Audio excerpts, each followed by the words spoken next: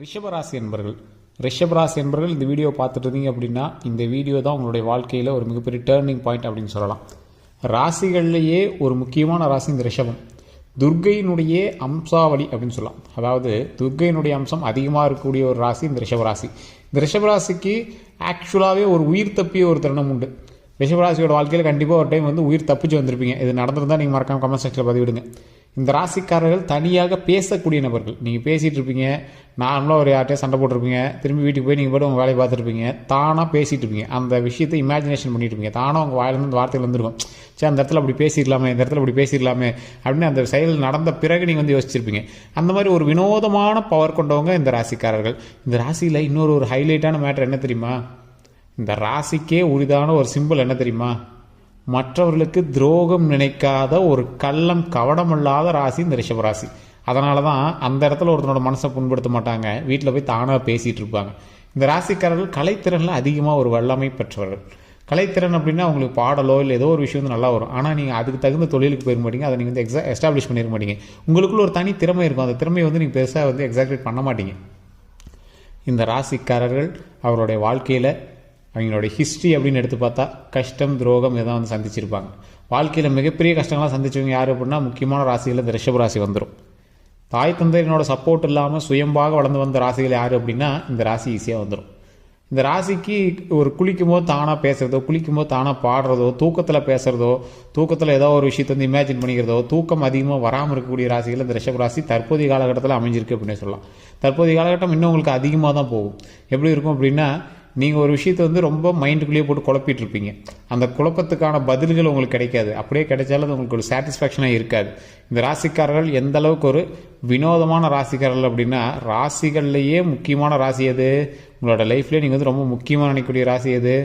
உங்களுடைய இந்த ராசிகளில் உங்களுக்குன்னு ஒரு ராசி இருக்கும் பார்த்தீங்களா? உங்களுடைய மனைவியாக இருக்கலாம், குழந்தைகளாக இருக்கலாம். இந்த மாதிரி ஒரு குறிப்பிட்ட ராசி வந்து உங்களோட ஆப்டாக இணைஞ்சிருக்கும். அந்த ராசியோடு நீங்கள் இருந்தீங்க அப்படின்னா உங்களுக்கு பலம் அப்படின்னு நீங்கள் நினச்சிருப்பீங்க. சில நேரத்தில் உங்களோட நட்போட்டாரமாக கூட இருக்கலாம். நட்போட்டாரங்கள் இந்த மாதிரி நண்பர்கள் உங்களுக்கு குறிப்பிட்ட ராசி இருக்கு பார்த்தீங்கன்னா, அந்த ராசி விட்டு நீங்கள் கொஞ்சமாவது விலக ட்ரை பண்ணிங்கன்னா கூட உங்களுடைய லக்கு வந்து கொஞ்சம் கொஞ்சம் இல்லை, ரொம்ப ஜீரோவுக்கு போயிடும் அப்படின்னு சொல்லுவாங்க. ஸோ அதனால் ஜீரோவுக்கு போகாமல் வச்சுக்கிறது நீங்கள் பெட்டர். உங்களோட இணைந்திருக்கக்கூடிய ராசினால் மட்டுமே நீங்கள் வந்து வளர்ந்துட்டு வரீங்க. அது உங்களோட மைண்டுக்கே தெரியும். சரி இவர் தான், ஆனாலும் அதை சொல்கிறது கொஞ்சம் மனசு இது நெருளாக தான் இருக்குது. உங்களோட ஒரு நண்பர் இருப்பான், அவனால தான் நீங்கள் மேலே வந்துருப்பீங்க. ஆனால் சொல்கிறது உங்களுக்கு கொஞ்சம் ஒரு மாதிரி இருக்கும் மைண்டு. உங்களுடைய மனைவி இருப்பாங்க, அவங்களோட வளர்ச்சியினால தான் நீங்கள் வந்து வளர்ந்துருப்பீங்க. அவங்களுடைய பேச்சினால தான், அவங்களுடைய மூச்சினால தான், அவங்களோட உழைப்பினால தான் நீங்களும் வளர்ந்துருப்பீங்க. அதை நீங்கள் வெளிப்படையாக சொல்ல மாட்டீங்க. ஸோ இந்த மாதிரி இந்த ரிஷபராசிக்கு ஒரு கண்கட்டிய ஒரு விஷயமாகவும் கை கட்டப்பட்ட ஒரு செயலாகவும் சில விஷயங்கள் வந்து நடந்திருக்கும். ராசிகளில் ஒரு வினோதமான ராசி இந்த ரிஷபராசி. எப்படி அப்படின்னா, நடக்காத ஒரு விஷயத்தை இமேஜின் பண்ணுறது, நடக்க போகிற விஷயத்தை இமேஜின் பண்ணி அந்த மாதிரி ஒரு சுச்சுவேஷன் அமைஞ்சும் அந்த இடத்துல அதுக்கு தகுந்த மாதிரி நீங்கள் வந்து ஸ்டெப் எடுக்காமல் இருக்கிறது. ஒரு எக்ஸாம்பிளுக்கு, ஒரு மிகப்பெரிய ஒரு விஷயம் நடக்குது. உங்களுக்கு பிடிச்ச பெண் திருமணத்துக்காக ரெடி ஆகிறாங்க. அந்த பெண்கிட்ட வந்து நீங்கள் வந்து உங்களோட காதலை வந்து வெளிப்படுத்த போகிறீங்க.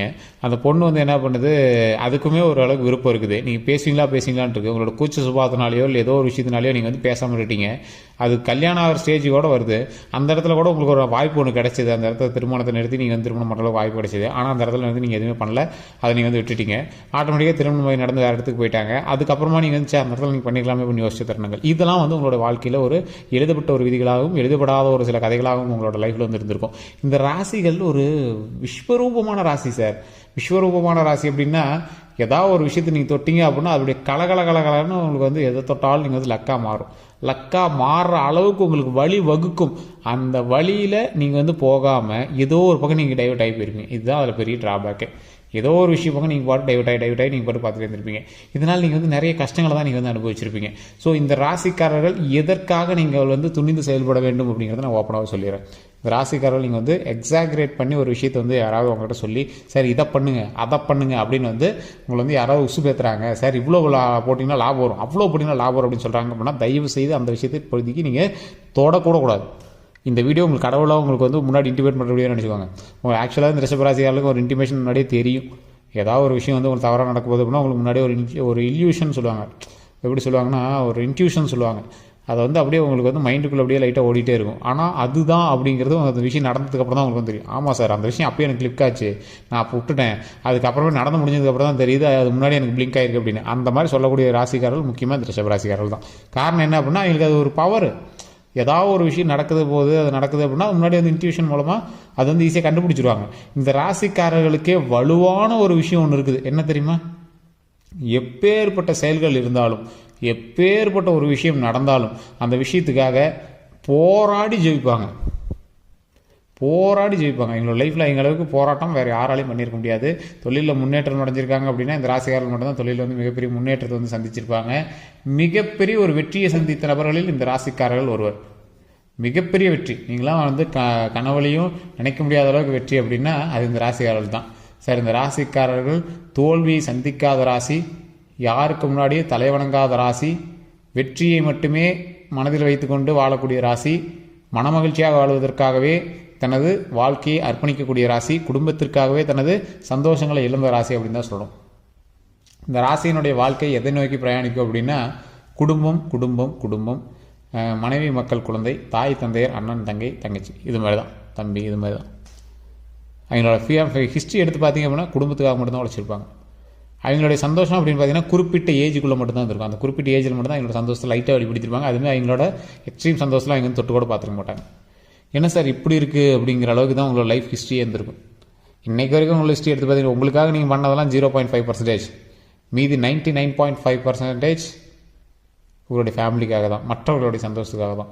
இதில் உங்களோட நண்பர்களும் உங்களுக்கு கூட தான்.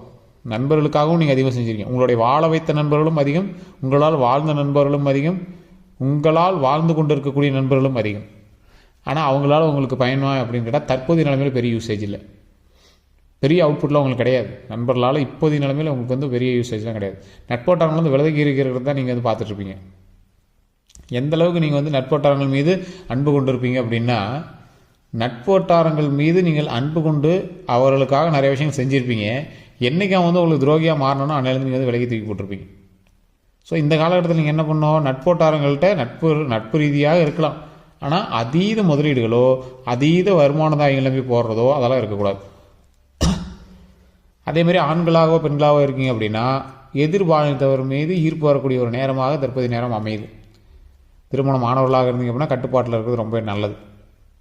தேவையில்லாத பேருக்கு எடுத்துக்காமல் இருக்கிறது ரொம்ப நல்லது. அதே போல் வண்டி வாகனத்தில் கவனம் தேவை, டாக்குமெண்ட் ரீதியான விஷயத்தில் கவனம் தேவை. டாக்குமெண்ட் ரீதியான விஷயத்தில் எந்த மாதிரி கவனம்? உங்களுடைய டாக்குமெண்ட் யாராவது சைன் பண்ணியிருக்காங்க, செக் யாராவது சைன் பண்ணியிருக்காங்க, உங்களோட கேன்சல்டு செக் வேறு எங்கேயாவது போயிருக்கு, இல்லை அந்த செக்கில் வேறு ஏதாவது வந்து மென்ஷன் ஆகிருக்கு, இல்லை அந்த செக்கு இல்லாமல் வேறு ஏதாவது ஒரு விஷயம் வந்து உங்களுக்கு நடந்திருக்கு, ஏதோ ஒரு கேஸில் உங்களுக்கு வந்து பேர் இன்வால்வ் ஆகிருக்கோ, இல்லை ரேஷன் கார்டில் பேர் மாறி இருக்கோ, இல்லை எஸ்ஐஆரில் ஏதோ ஒரு காரணத்தினால உங்களுடைய பேர்கள் வந்து டாக்குமெண்ட் ரீதியான விஷயத்தில் கொஞ்சம் வந்து அலைஞ்சிட்டு இருக்கும். பேர் வேறு இதில் பஞ்சாயத்தில் வந்திருக்கும், ஏதோ ஒரு காரணம், பட்டாவில் பேர் மாறி இருக்கும், இந்த மாதிரி விஷயங்கள்லாம் இருக்குல்ல, ஏதோ ஒரு காரணம் இருக்கலாம். ஸோ அப்போ நீங்கள் என்ன பண்ணணும், எச்சரிக்கையாக, நிதானமாக, கொஞ்சம் பொறுமையாக எதை செய்தாலும் கவனமாக செய்தால் வெற்றி நிச்சயம். அதே போல் ஸ்டார்டிங்கில் நீங்கள் தடங்களை சந்திக்காமல் நீங்கள் எந்த விஷயமும் பண்ண முடியாது. ரிஷபராசியை பொறுத்த வரைக்கும் கண்டிப்பாக ஒரு தடங்களாக சந்திச்சிருப்பீங்க. 4-5 பேர்கிட்டையாவது கேவலப்பட்டு தான் உங்களோட லைஃப்பில் நீங்கள் வந்து முன்னேறுவீங்க. ஓப்பனாகவே சொல்லலாம். என்ன சார் இப்படி சொல்கிறீங்க அப்படின்னா, இந்த ரிஷபராசிக்காரர்கள் கேவலத்தை சந்தித்தால் மட்டும்தான் வெற்றியை இங்கே வந்து சந்திப்பாங்க, மகிழ்ச்சியை சந்திக்க முடியும். அது எங்களோட ஹிஸ்ட்ரி, எழுதப்படாத ஒரு விதி. அது ஒன்றும் பெரிய பிரச்சனைலாம் கிடையாது.